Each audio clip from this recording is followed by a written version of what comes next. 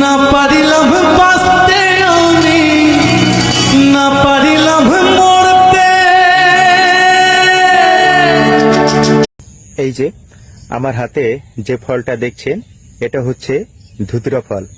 Paralysis রোগীদের জন্য এই ধুতরা ফল ভীষণ উপকারী। এক শালার মধ্যে কমেন্ট করছে, পারলে তোদের নবীজির নাম ভাইরাল করে দেখা। ভাই আপনি যদি মুসলমান হয়ে থাকেন একটা লাইক এবং কমেন্ট শেয়ার করে দেখিয়ে দেন, ভিডিওটা ফুরিয়েতে নিয়ে যান, আমাদের নবীজির নাম ভাইরাল। সিংহকে জেলে বন্দি করলেও সিংহের বাচ্চাগুলো আছে না নাই? মনে রাখতে হবে, সিংহের বাচ্চা হলেও সেগুলো সিংহ, সেগুলো বানর নয়।